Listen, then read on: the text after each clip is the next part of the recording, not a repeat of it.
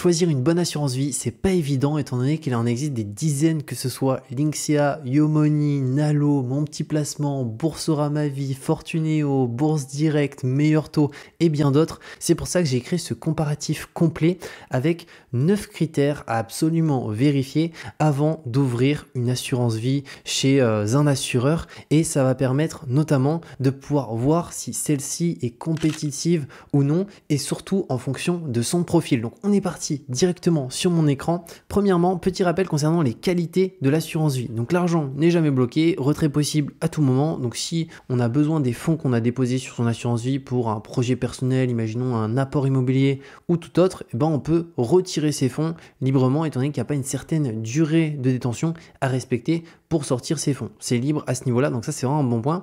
Et ensuite, c'est surtout les avantages fiscaux qu'on va pouvoir retirer avec une assurance vie. Donc les gains accumulés sans impôt au sein de l'assurance vie, donc c'est une enveloppe qui est capitalisante, c'est-à-dire que même si on fait des plus-values au niveau des actifs qu'on a sur son assurance vie, que ce soit des ETF, de la SCI, de la SCPI, du private equity ou autre, et ben pour le coup, tant que ça reste dans l'enveloppe qui est capitalisante, pas d'impôts et pas de prélèvements sociaux. Après, si retrait après les 8 ans du contrat d'assurance vie, exonération d'impôt sur la part de gains retirés à hauteur de 4 600 € de gains annuels et 9 200 € pour un couple. C'est pour ça que c'est qu'à partir des 8 ans que ça devient vraiment intéressant l'assurance vie. Donc il est intéressant de prendre date en réalité. Donc prendre date, c'est ouvrir son premier contrat, comme ça, au bout de 8 ans, fiscalement, c'est quand même très très intéressant. Et aussi en cas de décès, donc pour les bénéficiaires, exonération de droits de succession jusqu'à 152 000 par bénéficiaire et 30 500 ici. Il n'y a aucun plafond de versement et possibilité d'épargner à votre rythme. Alors la majorité des bonnes assurances vie n'obligent pas les investisseurs à déposer un certain montant chaque mois. Normalement c'est libre, c'est-à-dire qu'on peut ouvrir un contrat d'assurance vie, ne rien mettre pendant 3 ans dessus sans avoir de frais. Encore une fois, c'est à vérifier, c'est pour ça que là on va en comparer plusieurs afin de voir lesquelles sont les plus attractives et sont les plus optimisées en termes de frais, parce que c'est ça où vraiment sur les assurances vie il faut faire attention. Maintenant, on va commencer par les 4 premiers éléments à vérifier pour choisir son assurance vie, et ensuite on va comparer différentes assurances vie avec 9 critères. Donc c'est parti, commençons par le premier élément, sans surprise, les frais. Donc il faut peu de frais si possible. Donc beaucoup d'assurances vie prélèvent 2, 3, 4 voire 5% de frais à chaque versement. Elles sont à fuir. Donc on va se retrouver sur de mauvaises assurances vie avec des frais énormes sur les versements. On dépose 100 €, on nous prend 1 € à 5 € pour juste avoir déposé de l'argent. Il n'est même pas investi. Donc ça, il faut absolument éviter, vérifier à chaque fois qu'il y ait 0 € de frais de versement. Donc en tant qu'épargnant avisé, choisir idéalement un contrat avec 0 frais sur versement et sur rachat et 0 frais d'arbitrage entre supports. Donc ça, les frais d'arbitrage, c'est aussi très très important. C'est-à-dire qu'imaginons, on a 1 000 € en assurance vie sur du fonds euro et qu'on souhaite finalement ne plus être en fonds euro et se mettre 100% action sur un ETF, et pour le coup, si on a des frais d'arbitrage, c'est là qu'on va se taper des frais. Donc il faut favoriser une assurance vie où lorsqu'on arbitre et qu'on change son allocation, on a 0 € de frais d'arbitrage. Et il y en a comme on va le voir. Ensuite, des frais de gestion raisonnables. Donc maximum 0,6% par an. Donc le but, c'est vraiment d'être au plus haut à 0,6%. Et sur les unités de compte, bien loin des 2% annuels pratiqués en moyenne par les banques traditionnelles, parce que si on va à Société Générale, la Banque Physique, Crédit Agricole, toutes ces banques-là proposent des contrats d'assurance vie aux clients en point de vente physique, mais les taux, c'est vraiment une catastrophe. C'est des taux hyper élevés, c'est-à-dire qu'on va se taper 2%, 3% annuels, des frais de versement, des frais de tenue de compte, des frais de garde. Donc aujourd'hui, il faut vraiment se tourner vers des acteurs qui sont spécialisés là-dedans, qui sont aussi en ligne, parce que ça leur permet de réduire un petit peu leurs coûts et donc proposer des offres beaucoup plus intéressantes aux investisseurs. Donc les frais, c'est tout ce que l'on maîtrise quand on signe le contrat, donc autant optimiser ce point, surtout que ces frais pèseront lourd sur la performance à long terme de son assurance vie, et étant donné que 2% de frais de plus, c'est 40% de performance en moins sur 30 ans. Donc c'est vraiment énorme, c'est-à-dire que sur une année, ça ne fait pas une grosse différence, 1% de plus et autres, mais par contre sur 40 ans d'investissement, 30 ans, c'est vraiment stratosphérique, c'est des fois la moitié de sa performance. Donc ça, c'est le premier point de vigilance sur les assurances vie. Ensuite, deuxième élément, la possibilité de choisir entre la gestion libre et la gestion pilotée en fonction de son profil. Attention, la gestion pilotée coûte plus cher. c'est normal, étant donné qu'on confie la gestion de son argent. Ils font tout à notre place, ça coûte plus cher. Donc là, ça c'est vraiment à chacun de voir est-ce qu'il préfère faire de la gestion libre, donc choisir dans quoi il souhaite investir, du fonds euro, des ETF, de la SCPI, de la SCI, ou au contraire, est-ce que on souhaite pas se prendre la tête, mettre la totalité en gestion, juste définir son profil de risque et ensuite on a la plateforme qui se charge de tout. Par contre, il y a des frais, donc sur le long terme, la performance va quand même un peu réduire. Donc ça, c'est au choix. Et on va voir que certaines assurances vie proposent que l'un ou l'autre et des fois les deux. Après, troisième élément, choisir un contrat proposant un vaste choix d'unités de compte si on compte dynamiser son épargne dans des fonds actions, obligations ou immobiliers. Les meilleures assurances vie proposent une large palette d'unités de compte. On y trouve des centaines de fonds de sociétés de gestion différentes, dont des fonds préférés, les ETF, donc fonds actions passifs, pour répliquer la performance d'un indice boursier, soit du CAC 40, du S&P, du Monde et autres, et des CPI, OPCI ou SCI, donc fonds immobiliers pour investir en pierre papier. Il y a aussi le private equity qu'on peut retrouver chez certaines assurances vie. Donc ça, c'est le troisième critère. Le quatrième, juste ici, il faut que ça soit accessible en ligne, parce que si on est obligé d'aller dans un bureau physique auprès de sa banque, c'est quand même un petit peu chiant. Donc accessible en ligne, avec la possibilité de modifier la répartition de ses investissements en quelques clics, donc sans avoir besoin d'appeler son conseiller bancaire personnel et lui dire est-ce que tu pourrais enlever mon fonds euro, tu mets un petit peu en ETF. Non, il faut que ça soit simple, et une interface facile à utiliser, un bon service client, et à ce niveau-là, il y a quand même de très bonnes assurances vie. Donc on va commencer en premier lieu par Yomoni. Alors c'est parti, ici on va avoir 9 critères, donc 9 éléments. Bien entendu, il y a des éléments qui vont être moins importants à prendre en considération. Nous, c'est vraiment notamment les frais qui vont nous intéresser. Au-delà de ça, le type de gestion, est-ce qu'aussi au niveau de l'arbitrage, il y a des frais? Et aussi pour ouvrir une assurance vie chez tel acteur, combien ça coûte concrètement? Donc Yomoni, on est parti. Alors, au niveau du ticket d'entrée, il est de 1 000 € chez Yomoni. Donc, si on souhaite ouvrir une assurance vie chez Yomoni, c'est 1 000 € minimum pour ouvrir l'assurance vie. Même si on souhaite juste prendre date, il faudra déposer 1 000 €. Ensuite, 0% ici qu'on va avoir, c'est les frais sur versement. Donc, quand on dépose 50 € chez Yomoni, 100 €, 1000 ou peu importe, il n'y a pas de frais de versement. Ça, encore une fois, s'il y a des frais de versement, il faut directement fuir. Et après, ici, on va retrouver les frais un petit peu plus détaillés de combien ça coûte d'avoir son assurance vie chez Yomoni. En sachant qu'il y a une particularité chez eux, c'est que c'est exclusivement de la gestion pilotée. Donc ça sera adapté certainement à certaines personnes qui regardent cette vidéo, qui veulent vraiment ne pas se prendre la tête, choisir un profil de risque entre 1 et 10 et tout simplement Yomoni se charge de tout. Par contre, si c'est la gestion libre que vous voulez, vous connaissez un petit peu l'investissement, que ce soit investir via des ETF, en SCI, en SCPI, là effectivement du coup ce sera peut-être moins intéressant. Et Yomoni propose exclusivement de la gestion pilotée. Donc les frais, c'est les suivants: 0,60 pour l'assureur, 0,70 Yomoni, 0,30 tracker. Donc ça, en réalité, ça dépend bien entendu de l'ETF. Ici, on est à 0,30, ce qui fait 1,60 par an en gestion pilotée. Et voilà. Et après, on va avoir ici, au niveau des profils, donc 1 à 10, du plus défensif au plus offensif. Donc 10, c'est que globalement, on est offensif, on est prêt à prendre du risque.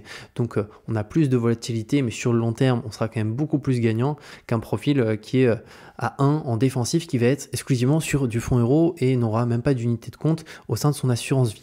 Donc ça, après, encore une fois, c'est à chacun de définir ce qu'il souhaite. Pour Yomoni aussi, pour ceux que ça intéresse, avec le lien en description, vous avez 100 € de frais de gestion remboursés. Donc ce qu'il faut retenir de Yomoni, c'est qu'aujourd'hui, c'est un très très gros acteur quand même. Ils ont été créés en 2015, mais aujourd'hui, c'est énormément de clients. C'est quand même 1 000 € de ticket d'entrée. Donc c'est quand même un ticket d'entrée qui n'est pas forcément accessible à toutes les bourses pour ouvrir son assurance vie. Et après, c'est bien pour les personnes qui font de la gestion pilotée et qui ne veulent pas se prendre la tête. Où là, vraiment, au niveau de la gestion pilotée, c'est un acteur qui est très faible au niveau des frais. Par contre, si on veut de la gestion libre, Yomoni, clairement, il faut oublier. Après, on va avoir Nalo juste ici. Alors c'est parti, on va prendre les mêmes éléments. Alors Nalo, 0 € de frais de versement, on dépose 100, ils ne nous prennent pas 1 €, 2 €, jusqu'à là tout va bien. Pareil, après, ticket d'entrée, 1 000 €, donc encore une fois, c'est un ticket d'entrée accessible à certains, pas accessible à d'autres, donc c'est sûr que c'est pas accessible à tout le monde, mais à une partie quand même. Et après, ici on va voir les frais. Alors 0,85 assureur, 0,55 Nalo, 0,25 tracker, 1,65. Et là, pour Nalo, ça va être exactement pareil que pour Yomoni. C'est finalement une assurance vie où c'est exclusivement de la gestion pilotée. C'est-à-dire qu'on ne peut pas faire de la gestion libre, choisir de se dire bah non, c'est moi qui gère mon assurance vie, je mets du fonds euro, je mets ça, je gère comme je veux, je change. Non, là, c'est pas possible. Donc encore une fois, c'est adapté à certains profils. Juste après, on va voir qu'est-ce qui existe pour faire de la gestion libre, gérer ses investissements par soi-même, parce que je sais que sur cette chaîne, vous êtes beaucoup quand même à bien gérer cette partie investissement. Donc je sais que ça intéressera plus certaines personnes. Mais Nalo, par rapport aux frais, il faut prendre en considération que les frais sont plus élevés que chez Yomoni. Donc à choisir entre Nalo et Yomoni, si on souhaite faire de la gestion pilotée, Yomoni, pour moi, est vraiment plus intéressant, parce que là, on est à 1,60% de frais par an en gestion pilotée, en sachant qu'ils ont pris un tracker à 0,30. Ici, on est à 1,65, ils ont pris un tracker à 0,25. Donc en vrai, ici, c'est 1,70 de frais, si on mettrait le tracker à 0,30 aussi, contre ici 1,60. Donc Yomoni est un petit peu plus accessible que Nalo sur cette partie-là. Et après, il y a aussi différentes thématiques, donc standard, sans IMO, complément PEA, développement durable, ISR. Donc Nalo est un acteur aussi plutôt connu actuellement, mais je trouve que Yomoni est quand même beaucoup plus pertinent pour la gestion pilotée. Et il n'y a pas de bonus, par contre, pour Nalo en description quand on ouvre ce compte. Après, on a Linksea. Alors, Linksea, on va prendre exactement aussi les mêmes critères qui sont juste ici. Premièrement, Linksea, il y a deux contrats. Principalement, on a Linksea Avenir 2 et on va voir qu'on a Linksea Spirit 2. Donc moi, j'ai deux contrats chez eux. Donc je vais pouvoir faire un bon retour là-dessus, qui sont des contrats différents. Et en fait, c'est important de bien comprendre la différence entre deux contrats pour vraiment choisir le plus adapté en fonction de son profil, en fonction de sa situation et en fonction de ce qu'on souhaite faire. Parce que c'est des fois des contrats qui sont chez la même entreprise, la Linksea, mais en réalité, c'est différent, il y a des choses différentes. Donc c'est parti. On commence par Linksea Avenir 2. Alors, premièrement, 0% de frais de versement. Donc pareil, quand on dépose de l'argent, pas de frais de versement. Donc ça, c'est bien. Ticket d'entrée, 100 euros. Donc il y a un ticket d'entrée très très faible. Ce qui fait que Linksea aujourd'hui, sur le Avenir 2, ce contrat d'assurance vie, c'est le plus accessible du marché parce qu'il n'y a aucun contrat d'assurance vie qu'on peut ouvrir avec juste 100 euros. Donc ça, c'est un bon point, c'est que c'est vraiment accessible à tout le monde. Pour le fonds euro, donc il y en a deux. Il y a opportunité 2 et rendement 2 juste ici. Donc ici, on a les performances du fonds euro. Donc 2,10, 1,80. On l'a vu aussi ici pour... alors non, Nalo, il n'avait pas indiqué ici. Yomoni, est-ce que c'était indiqué pour le fonds euro? Non, c'était pas non plus indiqué, mais on est à peu près sur les mêmes taux sur beaucoup ici d'assurance vie. Mais de toute manière, c'est pas avec ça qu'on va s'enrichir et créer du patrimoine sur le long terme. Hein. C'est beaucoup plus avec de l'investissement en action où effectivement il y a plus de volatilité, mais lisser sur une longue période, c'est tellement plus rentable. Mais voilà, on fait quand même travailler son argent légèrement. Alors 2%, ça contre même pas l'inflation. Mais voilà, il y a quand même, ici c'est quand même indiqué. Après, le nombre d'unités de compte, alors là c'est très intéressant, on a 600 et on a 80 ETF, 20 SCPI. Et ça pour le coup c'est vraiment un bon point, c'est qu'on a vraiment beaucoup d'ETF, donc il y a un choix important sur Linksea Avenir 2, donc pour que les personnes qui souhaitent investir vraiment de manière passive sans se prendre la tête, ça c'est plutôt cool qu'il y ait un large choix. Après les frais de gestion, donc on est à 0,60. 0,60, là on peut voir qu'on n'est pas à 1,5, 1,6. Pourquoi? Tout simplement parce que c'est de la gestion libre. Donc là c'est à soi-même de gérer ses investissements, de se dire bon, je me mets en fonds euros, tiens je mets 30% fonds euros, 70% actions, là tiens je mets un peu des CPI. Donc on choisit vraiment comme on le souhaite. C'est de la gestion libre, ça a ses avantages et ses inconvénients. Gros avantage, c'est qu'on paye moins de frais, et au-delà de ça, si on s'y connaît un petit peu en investissement, souvent au moins on sait ce qu'on fait concrètement, où est son argent, c'est plus rassurant. Et l'inconvénient, c'est que ça prend potentiellement un tout petit peu plus de temps. Après, clairement, on est sur des ETF, ça prend 0 temps, clairement. Et frais d'arbitrage, 0%, donc ça c'est quand on souhaite changer son allocation d'actifs, imaginons sortir des actions pour aller sur du fonds euro, de la SCI, de la SCPI, et il y a aussi la possibilité de faire de la gestion pilotée chez Linksea Avenir 2, et après en termes de frais, c'est quasiment comme Yomoni, si on fait de la gestion pilotée, on se retrouve sur les mêmes niveaux, avec un choix d'ETF qui est quand même plus intéressant chez Linksea. Mais Linksea Avenir, c'est le contrat d'assurance vie le plus accessible. Donc moi, j'en ai deux chez Linksea, parce que j'ai voulu prendre date sur deux contrats d'assurance vie différents. Mais si j'aurais dû en ouvrir qu'un seul, clairement, en fait, j'aurais dû ouvrir juste Avenir 2, parce que je trouve que en fait, il est très pertinent. Et en fait, il y a plus d'ETF, comme on va le voir dans celui-ci, disponible que sur Spirit 2. Alors que lui, le tarif d'entrée, est un petit peu plus important. Alors je vais essayer de déballer juste ici Spirit 2. Donc on peut voir 0% aussi de frais de surversement. Donc, quand on dépose des fonds, il n'y a pas de frais. Par contre, pour l'ouvrir, c'est 500 €. Donc ticket d'entrée est un petit peu plus élevé. Par contre, Spirit 2, en fait, il va être intéressant pour certains profils. Donc il va être plus intéressant que Linksea Avenir 2, exclusivement pour certains profils. Alors déjà, on a un peu le fonds euro qui rémunère un petit peu plus sur Spirit 2, donc 2,30 au lieu de 2,10 et 1,80. On a 600 unités de compte, donc on a un peu plus. Par contre, des ETF, on a 38. Donc on a beaucoup moins d'ETF sur Spirit 2 que ici sur Linksea Avenir 2, où on en a 81. Par contre, des SCPI, là on en a 31, alors qu'ici on en a 20. Et on a surtout, et c'est ça un peu qui fait une différence pour les gens qui aiment investir sur des actions en direct, c'est qu'on a 111 titres vifs, donc en gros c'est des actions individuelles sur lesquelles on peut investir. Et après aussi on a les frais ici de gestion qui sont de 0,50 contre 0,60, donc c'est 0,10%. Donc pareil, c'est en gestion libre, donc il y a un tout petit peu moins de frais. Sur le long terme, franchement, ça reste vraiment très raisonnable, 0,10%. Donc les deux sont très bien. Si on souhaite quand même investir en action, peut-être privilégier Spirit 2 parce qu'il y a 111 titres vifs. Et pour le coup, ici, si on souhaite plus investir en ETF, Avenir 2, il est plus pertinent quand même. Et pour les CPI, là il faut voir ça. En vrai, ça va 20 et ici on a 31. Il n'y a pas non plus une énorme différence. Et aussi par rapport du coup à Linksea, il y a 50 € offerts en carte cadeau Amazon à l'ouverture d'un contrat chez Linksea avec le lien en description, en sachant que quand on va directement sur le site de Linksea, on n'a pas ces 50 € de carte cadeau offerts parce qu'il faut passer par un lien de parrainage. Donc je vous mettrai mon lien de parrainage Linksea, comme ça si vous ouvrez un contrat d'assurance vie chez eux, que ce soit d'ailleurs Avenir 2 ou Spirit 2, peu importe, donc que ce soit celui-ci et que vous ouvrez un contrat d'assurance vie, prendre date et que vous mettez 100 €, vous avez 50 € offerts en carte cadeau. Et Spirit, ici, là c'est 500 € pour l'ouvrir. Vous avez aussi 50 € en carte cadeau. Donc je vous mettrai tout ça.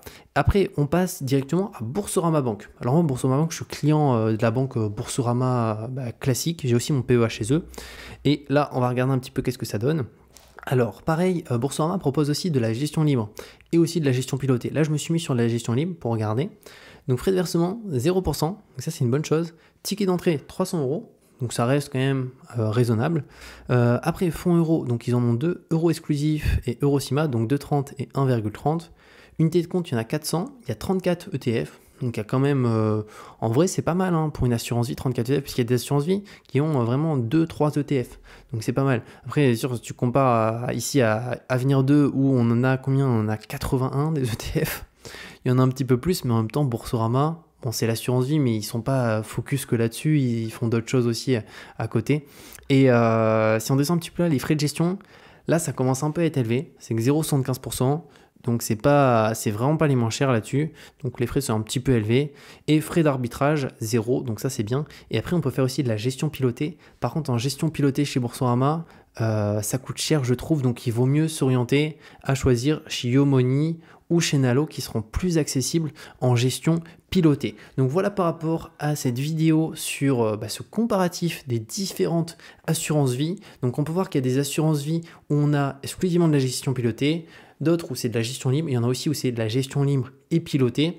Donc clairement, moi aujourd'hui, celle que je recommande le plus, c'est quand même Linksea parce que je trouve qu'ils ont l'offre la plus aboutie avec le plus de choix et surtout des frais extrêmement faibles et notamment de la gestion libre qui permet de réduire encore les frais et de gérer ses investissements comme on le souhaite, notamment pour ceux qui souhaitent être sur des trackers, des ETF où là, il y a très peu de frais et surtout, ça permet d'être diversifié globalement, que ce soit géographiquement, en termes de taille de capitalisation. Donc c'est plutôt cool et l'arbitrage, il y a 0. Donc voilà par rapport à tout ça. D'ailleurs, je vous mettrai tous les liens en description pour avoir des bonus à l'inscription. Donc Linksea, c'est une carte cadeau de 50 € offert lorsqu'on ouvre un contrat d'assurance vie, que ce soit Avenir 2 ou Spirit 2.